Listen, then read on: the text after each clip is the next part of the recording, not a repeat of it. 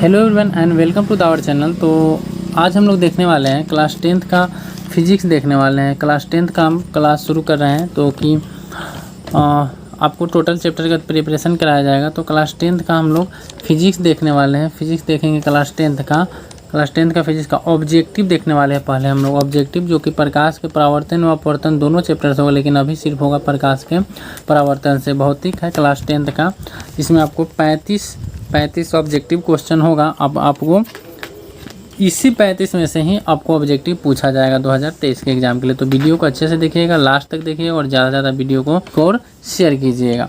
तो चलिए वीडियो को शुरू करते हैं।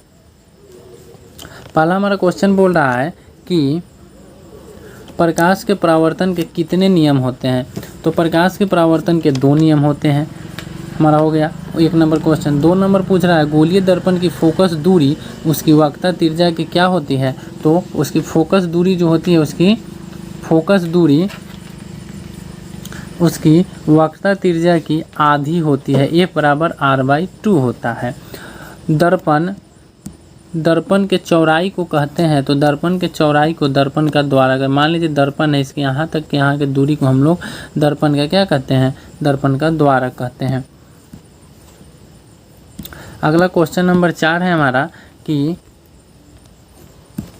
गोलीय दर्पण की वक्रता केंद्र और ध्रुव के बीच के दूरी को कहते हैं। तो वक्रता त्रिज्या कहते हैं। मान लीजिए यह गोलीय दर्पण है, ठीक है, यहाँ पे, और इसका C हो गया और ये हमारा P हो गया, तो इसके बीच के दूरी को हम R कहते हैं, मतलब वक्रता त्रिज्या कहते हैं। गोलीय दर्पण कितने प्रकार के होते हैं। तो गोलीय दर्पण 2 प्रकार के होते हैं, अवतल और उत्तल। अगला हमारा है कि अवतल दर्पण के ध्रुव तथा मुख फोकस के बीच की दूरी को कहते हैं। गोलीय दर्पण के ध्रुव तथा मुख फोकस के बीच की दूरी को हम मुख फोकस के बीच की दूरी को हम कहते हैं फोकस दूरी कहते हैं। गोलीय दर्पण के मुख फोकस दूरी कहते हैं। गोलीय दर्पण के अवतल दर्पण के क्वेश्चन नंबर 6, अवतल दर्पण के ध्रुव तथा मुख फोकस के बीच की दूरी को कहते हैं फोकस दूरी कहते हैं। ये नंबर सही हो गया हमारा। क्वेश्चन नंबर 7 है। आपको इसमें 35 क्वेश्चन दिया जाएगा। क्वेश्चन वीडियो लास्ट तक देखिएगा। इसी में से आपको 2023 वाला जो एग्ज़ाम है, जो 60 ऑब्जेक्टिव पूछा जाएगा, उसमें इसी में से ही क्वेश्चन आएगा। तो आप वीडियो को अच्छा से देखिएगा और कमेंट जरूर कीजिएगा कि हम लोग लाइव क्लास शुरू करें या इसी तरह से आपको वीडियो रिकॉर्डेड वीडियो दिया जाए। तो आप लोग कमेंट कीजिएगा, तो हम लोग आगे देखेंगे। अगला क्वेश्चन है, अवतल दर्पण में अनंत पर रखी वस्तु का प्रतिबिंब का आकार होगा। तो अनंत पर रखी हुई वस्तु के प्रतिबिंब का आकार होगा तो वस्तु से बहुत बड़ा हो जाएगा, ठीक है। अगला हमारा क्वेश्चन है,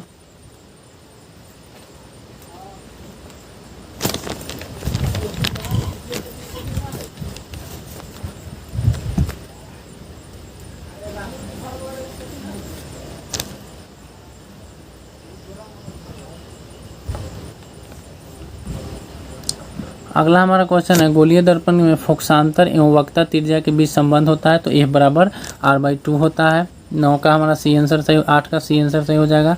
9 परावर्तन के नियम से निर्धारित होता है। तो आपतन कोण बराबर परावर्तन कोण होता है। अगला 10 नंबर क्वेश्चन देखिए। 10 नंबर क्वेश्चन, गोलीय दर्पण की फोकस दूरी उसकी वक्रता त्रिज्या की क्या होती है। तो गोलीय दर्पण की फोकस दूरी उसकी वक्रता त्रिज्या की आधी होती है। 11 नंबर क्वेश्चन हमारा बोल रहा है कि साइड मिरर के रूप में उपयोग किया जाता है। तो साइड मिरर के रूप में हमको उत्तल दर्पण का उपयोग किया जाता है, ठीक है।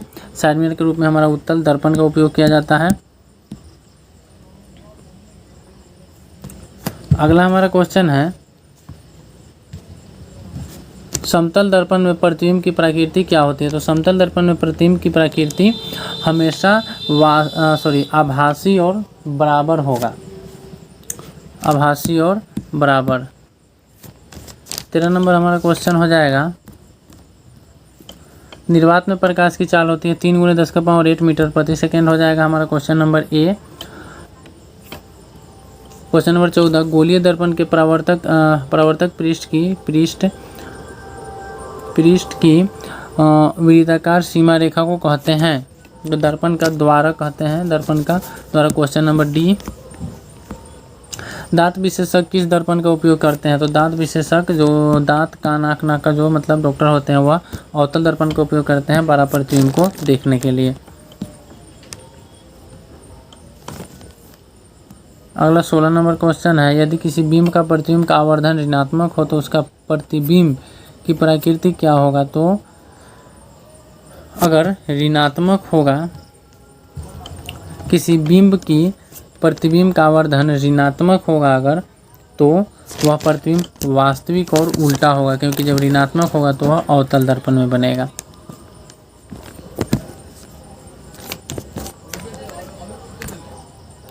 नई कार्तीय चिन्ह प्रपाटी के अनुसार दर्पण के सामने रखे गए बिंब की दूरी ली जाती है, बिंब की दूरी ली जाती है, तो बिंब की दूरी क्या ली जाती है? तो 17 का हमारा आंसर हो जाएगा, आंसर नंबर बी ऋणात्मक हो जाएगा। कौन सा दर्पण आमतौर पर वाहनों के पीछे देखने के लिए उपयोग किया जाता है? तो उत्तल दर्पण किया जाता है, क्योंकि वह प्रतिबिंब छोटा बनाता है, उसका फोकस वह दूर तक की चीज़ को, दूर तक के वस्तु को देख सकता है।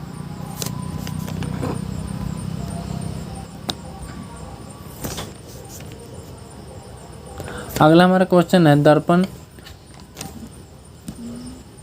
अवतल दर्पण में बना प्रतिबिंब हमेशा होता है। तो अवतल दर्पण में बना प्रतिबिंब हमेशा क्या होता है? प्रतिबिंब अवतल दर्पण में हमेशा कैसा बनेगा? काल्पनिक और छोटा बनेगा। किसी दर्पण से बड़ा और वास्तविक प्रतिबिंब बनता है, तो किस दर्पण से? तो दर्पण हो जाएगा हमारा अवतल। क्वेश्चन नंबर बी आंसर इसका हो जाएगा। अब 21 नंबर क्वेश्चन है, अगर आपको वीडियो अच्छा लगे तो वीडियो को ज़्यादा से ज़्यादा शेयर और लाइक कीजिएगा, वीडियो को, और चैनल को सब्सक्राइब जरूर कीजिएगा। आप लोग कमेंट में बताइएगा कि लाइव क्लास शुरू किया जाए या ऐसे ही ऑफलाइन वीडियो दिया जाए, तो आप लोग जरूर बताइएगा। समतल दर्पण द्वारा बना प्रतिबिंब कैसा होता है? तो समतल दर्पण द्वारा बना प्रतिबिंब हमेशा क्या होगा? काल्पनिक ही होगा। किसी वस्तु का आवर्धित प्रतिबिंब कब बनता है? तो किसी वस्तु का आवर्धित प्रतिबिंब हमारा अवतल दर्पण में बनता है। किस दर्पण में बनता है? तो अवतल दर्पण में बनता है। अगला हमारा क्वेश्चन हो जाएगा क्वेश्चन नंबर 23। आपको इसमें 35 क्वेश्चन दिया जाएगा और 35 में से ही क्वेश्चन आपको इस चैप्टर से पूछा जाएगा। हजामत बनाने के लिए प्रयोग किया जाता है। हजामत मतलब दाढ़ी उड़ी बनाने के लिए किस दर्पण का? तो अवतल दर्पण, क्योंकि उसमें बड़ा प्रतिबिंब बनता है। वह गोलीय दर्पण जो बाहर की तरफ वक्रित हो कहलाता है। बाहर की तरफ वक्रित हो, बाहर की तरफ, तो क्या कहलाएगा? उत्तल दर्पण, मतलब बाहर की तरफ उभरा हुआ हो तो उसे हम उत्तल दर्पण कहते हैं।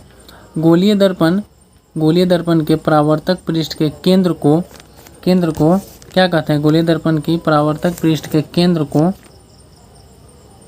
हम क्या कहते हैं? तो दर्पण का ध्रुव कहते हैं। गोलीय दर्पण के परावर्तक पृष्ठ को दर्पण का हम क्या कहते हैं? दर्पण का ध्रुव कहते हैं हम।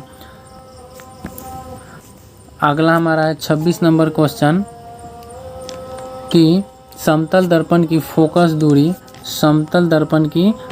दूरी होता है, अनंत होता है। समतल दर्पण की फोकस दूरी अनंत होता है। तेलीय कागज होता है, पारभासी होता है, उसमें से कुछ प्रकाश इस पार से उस पार जा सकता है, हम उससे कुछ देख सकते हैं, थोड़ा थोड़ा धुंधला दिखाई देगा। यदि किसी बिंब का प्रतिबिंब का आवर्धन ऋणात्मक हो तो उसका प्रतिबिंब की प्राकृतिक होगा। तो ऋणात्मक जब होगा तो वह वास्तविक बनाएगा।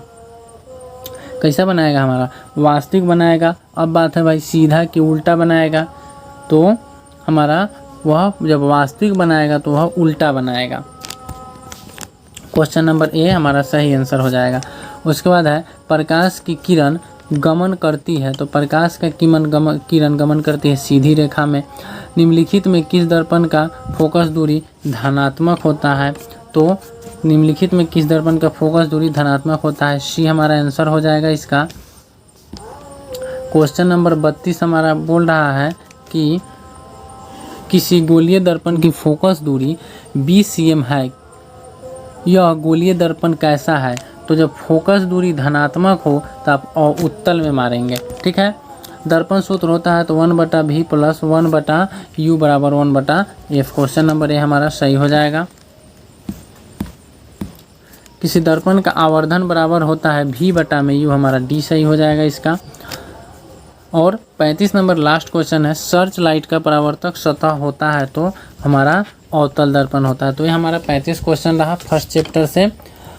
तो अगर वीडियो आपको अच्छा लगा हो तो चैनल को जरूर सब्सक्राइब कीजिएगा, वीडियो को ज़्यादा से ज़्यादा शेयर कीजिएगा।